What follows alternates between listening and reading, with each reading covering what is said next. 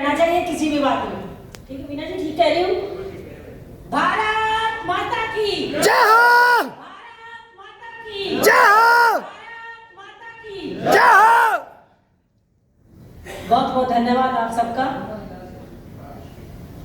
आज इस अखिल भारतीय जाट महासभा के कार्यक्रम में अभी हम सब के बीच में हमारे बहुत ही आदरणीय सांसद और किसान मोर्चा के भाजपा के अध्यक्ष भाई चाहर जी हमारे बीच में थे।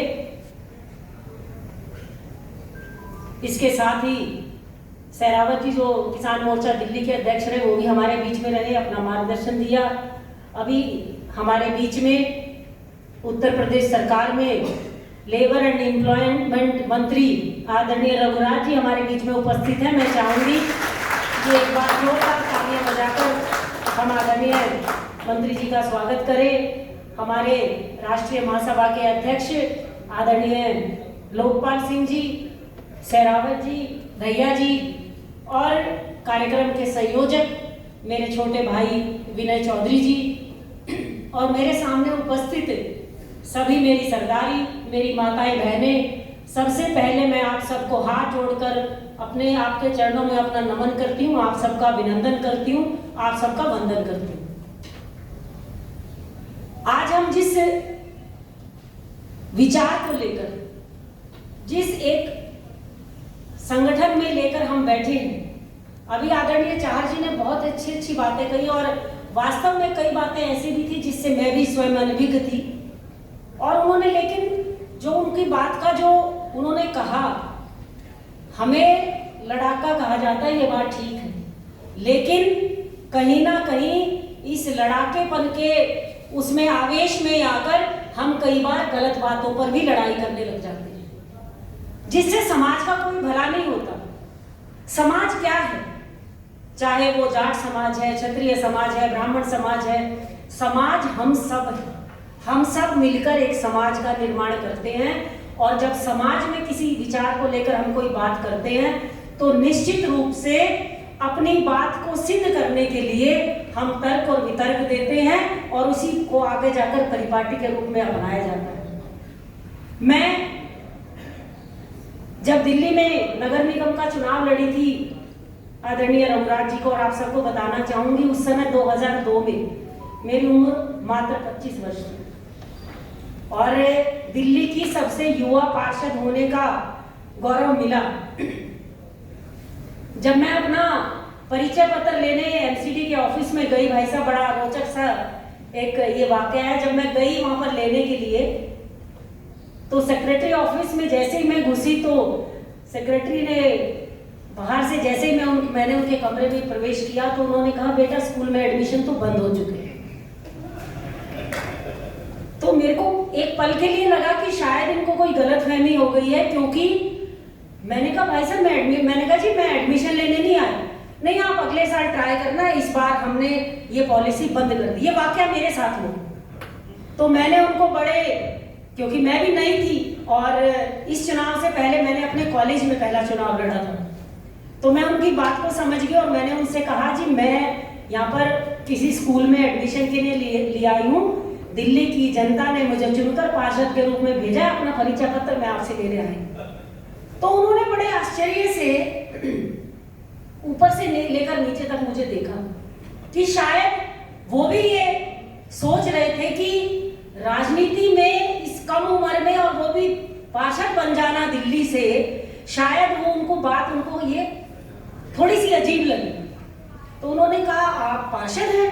मैंने कहा जी पार्षद हूँ। उन्होंने कहा कहाँ से? मैंने उनको बताया मेरा ये वार्ड है। तो उन्होंने रजिस्टर, उनको तब भी यकीन नहीं हुआ। उन्होंने वो निकाला रजिस्टर और कहा जी मैं क्षमा प्रार्थी हूँ और मैं आपको नहीं पहचान पाया, लेकिन एक बात जरूर कहूँगा कि राजनीति में इतनी युवा, वो भी किसी महिला को मैंने पहली बार देखा है, मैं अपनी गलती के लिए क्षमा प्रार्थी हूँ। तो मैंने कहा कोई बात नहीं, ये होता है। तो जो अभी चाहर जी एक बात कह रहे थे ना कि हमारे युवाओं को, हम अपने पूर्वजों को तो याद करते हैं, उनकी शिक्षाओं पर चलने का प्रयास भी करते हैं, समाज में उनके नाम से जो उन्होंने हमें सिखाया उसमें चलने का प्रयास भी करते हैं, उन कुरीतियों, उन बुरी नीतियों को मिटाने का भी प्रयास करते हैं। लेकिन जो युवा की पीढ़ी है उनको हम कितना समाज की बैठकों में लेकर जाते हैं, उनको कितना हम समाज से जोड़ने का कार्य करते हैं, सोचने का विषय ये है। क्या मैं खुद मेरे 2 बच्चे हैं, मुझे नहीं लगता मेरे बेटे को या बेटी को पता होगा कि गोकुला जाट कौन था, या ऐसे असंख्य ऐसे समाज से जुड़े हुए जिन्होंने अपने प्राणों की बलि दे दी देश को आजाद कराने में, या जो किसानों के हितों की लड़ाई लड़ते रहे, तो शायद उनको पता नहीं हो।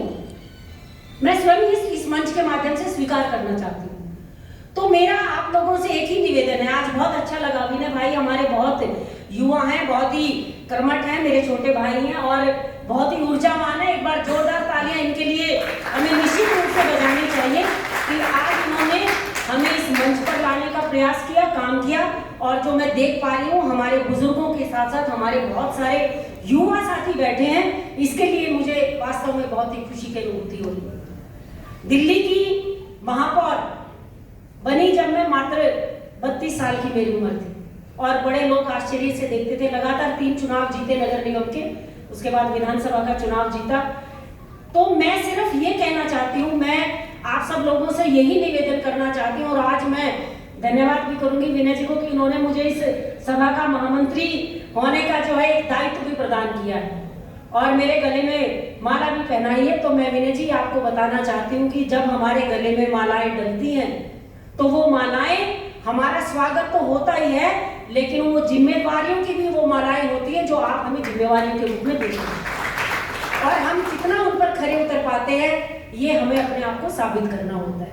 मैं बहुत ज्यादा समय नहीं लूंगी, लेकिन इतना जरूर कहूंगी कि अपने समाज के लिए या किसी भी समाज के हित के लिए, मेरे से मेरे बड़े बुजुर्ग बैठे हैं, बहुत जानते होंगे आज भी हमारे समाज में कुछ ऐसी बुराइयां हैं, कुछ कुरीतियां हैं, उसको बुराइयां नहीं कहूंगी, उसको कुरीति कहूंगी। और जैसे छोटू राम जी ने, सूरजमल जी ने और हमारे इतने लोगों ने जो उनको खत्म करने के लिए उठाया, आज हमें हमारे समाज को महिला और पुरुष के भेदभाव को समाप्त करके हमें बेटियों को भी, बहनों को भी, बहुओं को भी, जो भी हैं उनको भी समाज की मुख्य धारा में जोड़ने का प्रयास करना चाहिए। प्रयास चल रहा है, लेकिन और ज्यादा वो समाज की मुख्य धारा में आए, ऐसा हमारा प्रयास होना चाहिए। और जब कोई परिवार तभी चलता है जब परिवार के सारे सदस्य उसमें अपना बराबर का योगदान देते हैं।